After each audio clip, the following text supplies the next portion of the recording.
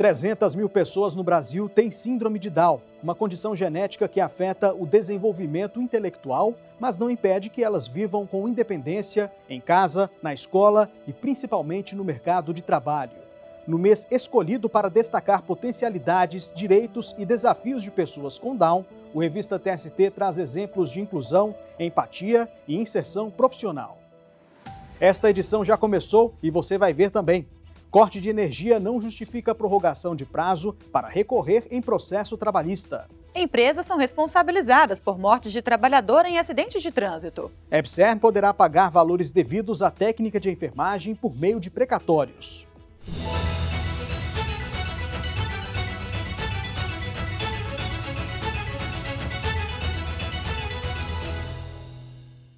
Um advogado que perdeu o prazo para apresentar recurso por meio eletrônico não conseguiu prorrogação de tempo para recorrer. A seção 1 de dissídios individuais entendeu que o corte de energia, alegado como motivo do atraso, foi programado e informado aos clientes. Por isso, não se enquadra como força maior. A repórter Michele Chiapa conta esse caso para a gente agora. Oi, Michele. Oi, Anderson. Olá, Luana. A ação trabalhista se referia ao pedido de indenização por dano moral da família de um empregado vítima de acidente de trabalho. O advogado alegou que meia hora antes do fim do prazo para apresentar o documento, faltou luz na casa dele, o que o impossibilitou de peticionar nos autos. Para o profissional, a situação seria enquadrada como força maior, porque não teve controle sobre o fato. Ao observar que a contagem do prazo recursal começou numa segunda-feira e terminou numa quinta-feira, a quarta turma do TST rejeitou os embargos. Isso porque apenas na sexta-feira foram apresentados os recursos. A decisão considerou que a interrupção da energia foi programada e informada aos consumidores, conforme ficou evidenciado em comprovante emitido pela concessionária. Inconformado com a decisão, o advogado entrou com agravo que foi julgado pela seção 1 de dissídios individuais. O relator, ministro Cláudio Brandão, explicou que para justificar a prorrogação de prazo é necessário levar em conta requisitos essenciais, como ter havido algo imprevisível ou inevitável. Segundo o ministro, o corte programado da energia não pode se enquadrar no caso. Ele verificou também que a viúva era representada na ação por diversos advogados, o que não impedia a interposição do apelo pelos outros procuradores. Entendi que nesse caso não se configura força maior para viabilizar a tempestividade alegada do recurso interposto, razão pela qual, senhor presidente, o agravo interno é desprovido. O voto do relator foi acompanhado por unanimidade. Foram apresentados embargos declaratórios. Eu volto com vocês no estúdio. Anderson, Luana. Obrigado, Michele. Bom trabalho para você. Muito obrigada pelas informações, Michele, e até a próxima. Uma enfermeira que atuava numa aldeia indígena vai ser indenizada devido às precárias condições de trabalho.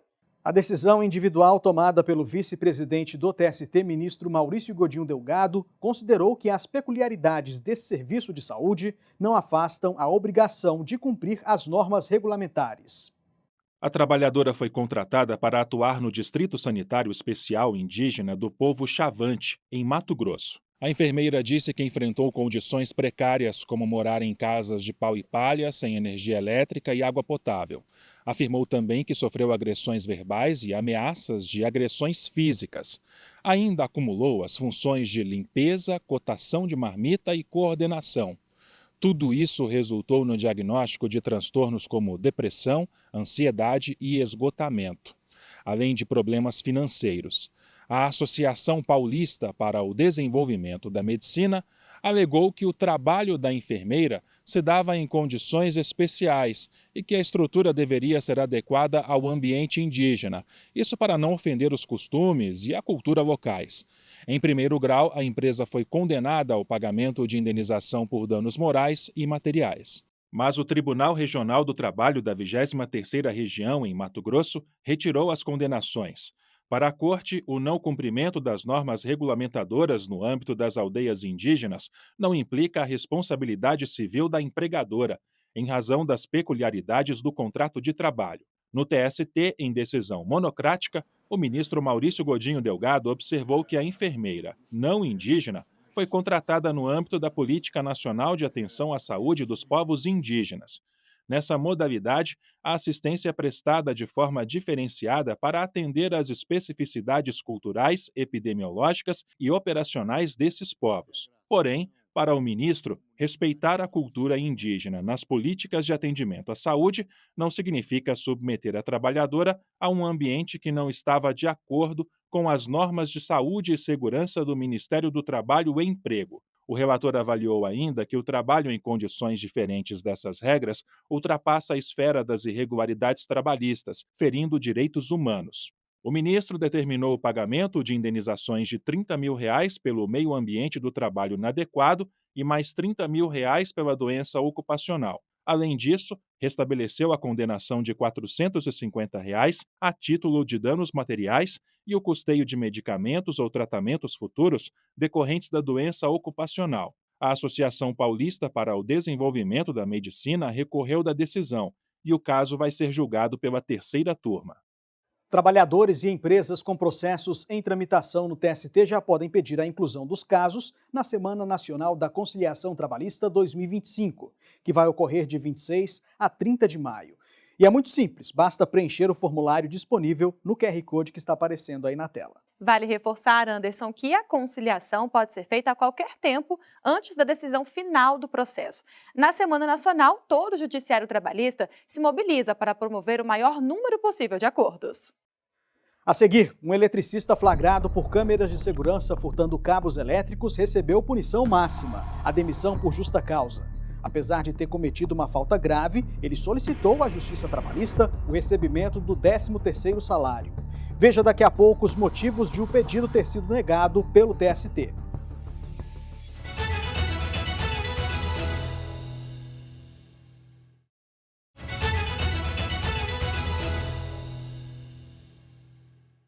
Um eletricista demitido por justa causa após furtar cabos de um hospital não vai receber parcelas proporcionais ao 13º salário. A quarta turma julgou que a lei não prevê o pagamento dessa verba trabalhista em caso de dispensa por falta grave. O eletricista trabalhava na Santa Casa de Misericórdia de Porto Alegre. Ele foi demitido por justa causa após ter sido flagrado por câmeras de segurança furtando cabos de energia. O hospital alegou ato de improbidade para justificar a dispensa. O trabalhador entrou com ação na Justiça do Trabalho, pedindo para ser reintegrado ao emprego e para receber o pagamento proporcional do 13º salário. O Juízo de Primeiro Grau e o Tribunal Regional do Trabalho da 4ª Região no Rio Grande do Sul rejeitaram o pedido de reintegração. Por outro lado, o pagamento proporcional do 13º salário foi concedido. A Santa Casa recorreu da decisão ao Tribunal Superior do Trabalho. Segundo a instituição, não há nenhum dispositivo legal que preveja o pagamento do 13º salário proporcional no caso de demissão por justa causa. A relatora do recurso na 4ª turma, ministra Maria Cristina Peduzzi, concordou com o argumento. A ministra mencionou a lei que criou o 13º salário. Pela legislação, quando o empregado é dispensado sem justa causa, ele tem direito à parcela de forma proporcional, calculada com base no mês da rescisão contratual. A ministra assinalou que essa previsão foi julgada compatível com a Constituição, que assegura o direito ao salário natalino. No entanto, o debate não alcançou o pagamento da proporcionalidade no caso de dispensa motivada por conduta grave do trabalhador. Assim, diante do reconhecimento da rescisão por justa causa, a 4ª turma entendeu que o eletricista não tem direito ao benefício. A decisão foi unânime, ainda cabe recurso. A EBSER, empresa brasileira de serviços hospitalares, vai poder pagar dívida trabalhista pelo regime de precatórios. Para a 7ª turma, a empresa tem as mesmas prerrogativas da Fazenda Pública, já que presta serviço público essencial e não atua em regime de concorrência ampla. A repórter Larissa Batista acompanhou o julgamento desse caso e traz as informações completas para a gente. Oi, Larissa. Oi, Luane e Anderson. O regime de precatórios é a forma prevista na Constituição para o pagamento de dívidas do poder público decorrentes de condenações judiciais. Os valores devem ser incluídos no orçamento e pagos em ordem cronológica. Na reclamação trabalhista, a EBSER foi condenada a pagar diferenças de adicional de insalubridade a uma técnica de enfermagem. A empresa solicitou que o pagamento ocorresse justamente por meio de precatórios. O argumento principal foi o de que a prestação de serviços de saúde é atividade essencial do Estado, mesmo que realizada por uma empresa pública com personalidade jurídica de direito privado, vinculada ao Ministério da Educação. A EBSER assinalou que o capital provém integralmente do Sistema Único de Saúde e que não tem fins lucrativos. O Tribunal Regional do Trabalho da Terceira Região, em Minas Gerais, no entanto, rejeitou o pedido, porque a EBSER integra a administração pública indireta e tem personalidade jurídica privada. Da decisão, a empresa recorreu ao Tribunal Superior do Trabalho. O recurso foi analisado pela 7ª turma. Ao votar, o relator do caso, o ministro Evandro Valadão, destacou que o Pleno do TST já decidiu que a EBSER tem direito às prerrogativas da Fazenda Pública, referentes à isenção de custas, ao recolhimento de depósitos recursais e à execução por meio de precatórios. Isso porque presta serviços públicos essenciais, não atua em regime de concorrência ampla e não gera lucros à União. A EBSER tem sujeitos ao regime processual constitucional de precatório e, portanto, na execução, no momento adequado, deve-se optar por este regime. Os demais ministros que compõem a 7ª turma acompanharam o voto do relator. Ainda cabe recurso da decisão. Volto com vocês no estúdio. Tá certo, Larissa. Muito obrigada pelas informações. Bom trabalho para você. A família de um técnico em telecomunicação que morreu em acidente de carro enquanto se deslocava a trabalho vai receber indenização de R$300 mil. A decisão da 2ª turma levou em conta a necessidade de viagens constantes que expôs o trabalhador a risco. A repórter Samantha Flor tem os detalhes pra gente. Oi, Samantha.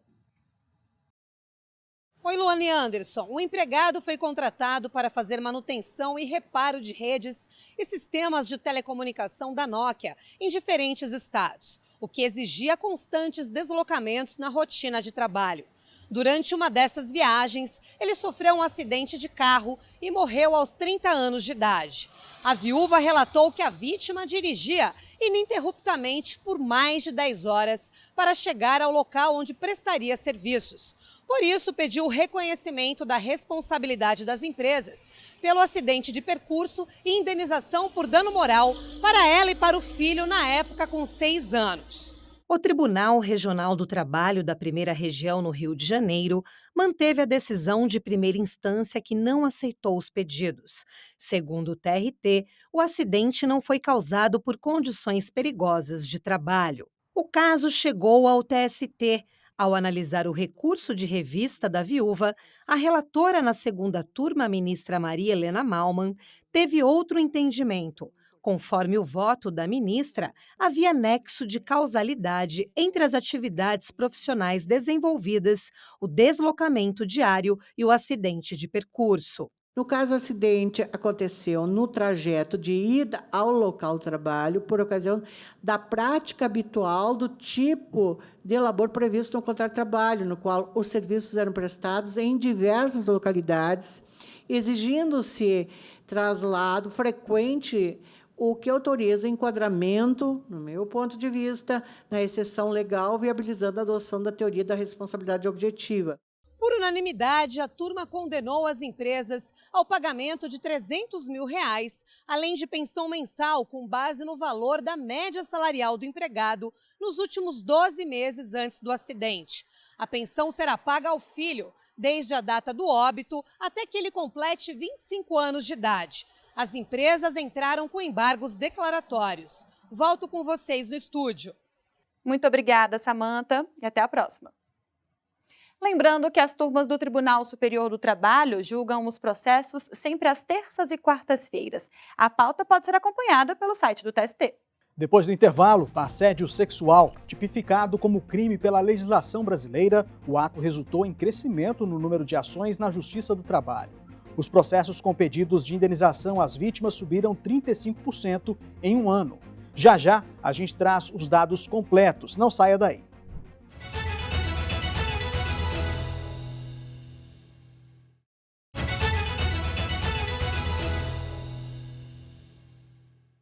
O Revista TST está de volta e com dados que chamam a atenção. Só no ano passado, a Justiça do Trabalho recebeu 8.612 ações sobre assédio sexual. Houve um aumento de 35% em relação a 2023, quando foram abertos 6.367 processos. Exatamente, Luana. Segundo dados do Monitor do Trabalho Decente da Justiça do Trabalho, em 7 de cada 10 processos envolvendo esse tema, a vítima era do gênero feminino.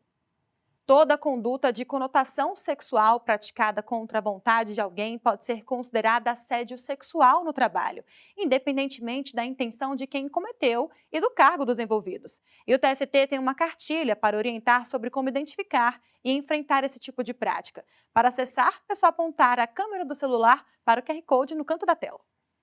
No mês em que o mundo escolheu para falar sobre a síndrome de Down, o Revista TST traz uma reflexão. Quantas pessoas com a condição genética você conhece? E quantas delas estão inseridas no mercado de trabalho? Inserir pessoas com Down no ambiente profissional não é um favor, está na lei. E a inclusão requer o cumprimento de exigências trabalhistas. Sobre o assunto, o repórter Rossini Gomes preparou uma reportagem especial. Vamos assistir.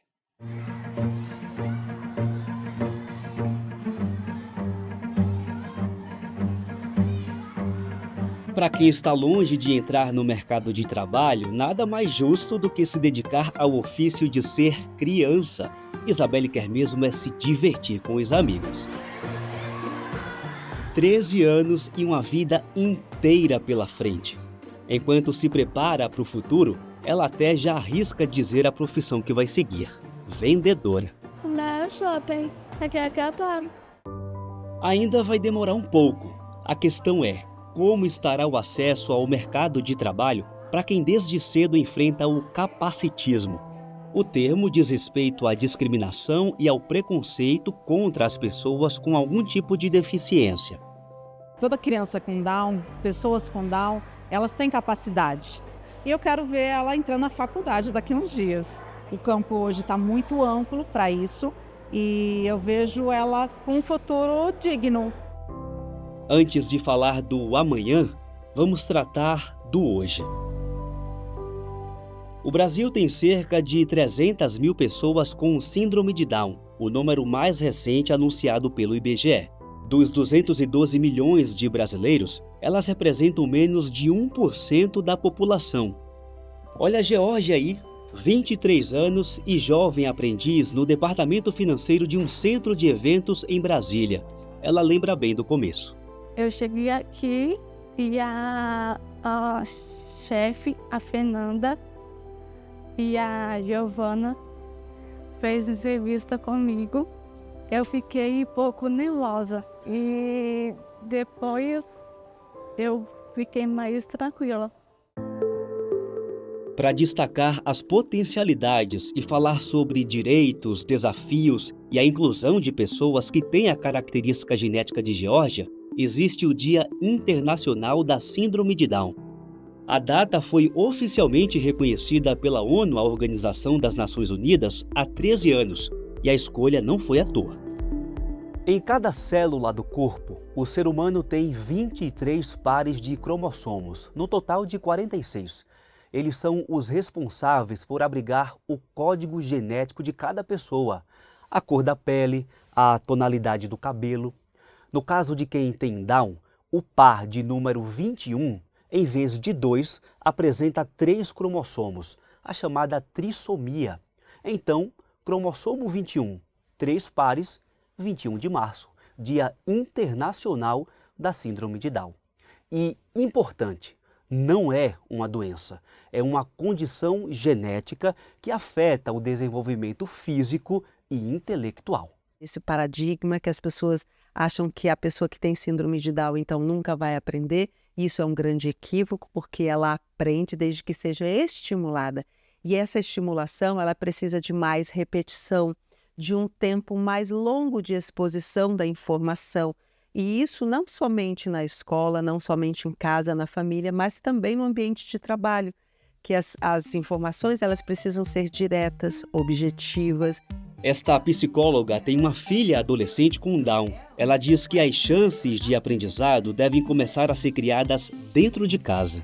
Você precisa dar oportunidade para o seu filho mostrar o que ele é capaz. Depois na escola, depois na sociedade. Não pode infantilizar a pessoa com deficiência intelectual. Não pode subestimar a capacidade da pessoa. Não pode deixar de corrigi-la se ela estiver errado, que são equívocos, né? Geórgia, depois de 1 ano na função, está mais à vontade e desenvolve várias tarefas. Eu faço um pouco de tudo. Tem às vezes que eu falo para a Giovana o que eu tenho que fazer. E ela me manda e eu faço.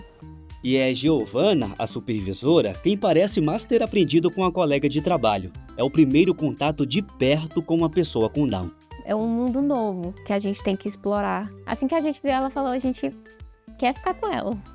Quer ela no nosso time. A gente passa as coisas para ela, ela faz no tempo dela, com a calmaria dela, mas ela faz tudo certinho, com a máxima atenção possível que ela tem.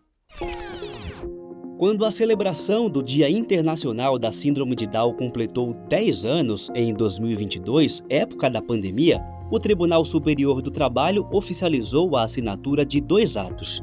O objetivo? Garantir oportunidades para inserir profissionais com Down nos contratos de terceirização administrados pela Justiça Trabalhista. Houve esse convênio, sobretudo convênio com a APAE, de modo a que nós tivéssemos pessoas com deficiência intelectual. Aqui, né, no nosso quadro, são trabalhadores que prestam serviço, seja na biblioteca, né, na higienização de nossas obras, nossos documentos, né, enfim, tudo isso com a presença de instrutores, né, que viabilizam esse processo de inclusão. No TST, o ministro Augusto César preside a Comissão Permanente de Acessibilidade e Inclusão. Ele destaca que o Brasil tem um aparato jurídico que garante o direito das pessoas com deficiência intelectual e que o Tribunal Superior do Trabalho julga muitos casos relacionados. Nós temos muitos processos, sobretudo envolvendo o cumprimento do artigo 93 da Lei 8.213, que é aquele dispositivo que estabelece uma cota que deve ser observada por todas as empresas no sentido de incluírem, né, pessoas com deficiência em seus quadros de empregados. Em 2023, o Brasil ganhou 2,5 milhões de bebês, 1.100 deles diagnosticados com síndrome de Down. São 4 casos a cada 10 mil nascidos vivos. Gente que cresce e precisa se tornar independente. Se a gente não acolher eles, como é que eles vão ter a primeira oportunidade deles? A experiência na vida deles? Para a Geórgia, o fato de ter síndrome de Down não a impede de ter uma carreira. E você acha que atrapalha algo com relação ao seu trabalho ou não? Não. Eu ter síndrome de Down é normal. Não existe um número específico sobre a quantidade de pessoas com síndrome de Down inseridas no mercado de trabalho. Mas, de acordo com o IBGE, uma pesquisa de 2022 mostrou que apenas 26% da população com algum tipo de deficiência estava empregada. As pessoas com deficiência em pesquisas, elas são medidas todas dentro de um quadradinho só. Todas estão dentro da caixinha da pessoa com deficiência. E cada deficiência tem a sua especialidade, a sua singularidade, as suas necessidades, que elas precisam ser medidas para que a política pública alcance todos. Eu preciso saber onde elas estão no país, quais as possibilidades de empregabilidade, de educação, de saúde no lugar que ela vive, para que eu possa alcançar todas. E o futuro? Isabelle pode ser a Geórgia lá na frente. 10 anos de diferença e um exemplo de que legislação aplicada em prol da educação e do trabalho dá resultado. Que os empregadores observem os ditames legais, né? As orientações que os nossos próprios juízes observam, levam em consideração a partir do nosso protocolo de julgamento do Conselho Superior da Justiça do Trabalho, de modo que todas essas normas sejam cumpridas, sejam efetivas, sejam verdadeiras, né? Não sejam simplesmente imposições legais. Garantir o acesso, o emprego, é mais do que criar oportunidades. Significa garantir a uma pessoa com síndrome de Down a satisfação de superar os próprios limites. As mães sabem bem disso. Com relação à nossa filha, nós já estamos há muito tempo, antes, acho que com 14 anos, já falando para ela, vamos tirar sua carteirinha de trabalho, menor aprendiz e tal, mas ela sabe que em breve, nas próximas semanas, vamos tirar a carteira de trabalho dela. Ela vai ter um mercado muito grande para que ela possa escolher o que ela quiser ser da vida dela, porque ela pode ser qualquer pessoa que ela quiser, ela pode trabalhar, ela pode estudar, ela pode ter uma família, ela pode realizar os sonhos que ela quiser.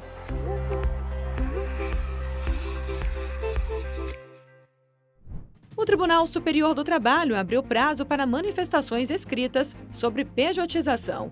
A prática de transformar um vínculo empregatício em contrato de prestação de serviços autônomo é tema de incidente de recurso repetitivo que tramita na Corte. Pessoas, órgãos e entidades têm 15 dias para colaborar com a discussão. O TST ficou em primeiro lugar no ranking da transparência do Poder Judiciário em 2024. Isso quer dizer que o tribunal disponibiliza informações de qualidade à sociedade. Todos os anos, o Conselho Nacional de Justiça avalia o trabalho realizado pelas unidades judiciais. O objetivo é estabelecer uma comunicação mais clara, transparente e padronizada. A Escola Nacional de Formação e Aperfeiçoamento de Magistrados do Trabalho, ENAMAT, realizou seminários sobre precedentes. Trata-se de decisões judiciais que servem de referência para futuros julgamentos de casos semelhantes. A aplicação das 21 novas teses de recursos repetitivos consolidadas pelo TST foi um dos assuntos do encontro. Em celebração ao Mês das Mulheres, a ENAMAT também realizou um seminário sobre igualdade, trabalho e cuidado. O evento debateu a aplicação da Lei da Igualdade Salarial e a equidade no mercado de trabalho. As palestras podem ser acessadas pelo canal da ENAMAT no YouTube. Por hoje a gente fica por aqui. Muito obrigado e até a próxima edição do Revista TST. Na semana que vem tem mais. Até lá!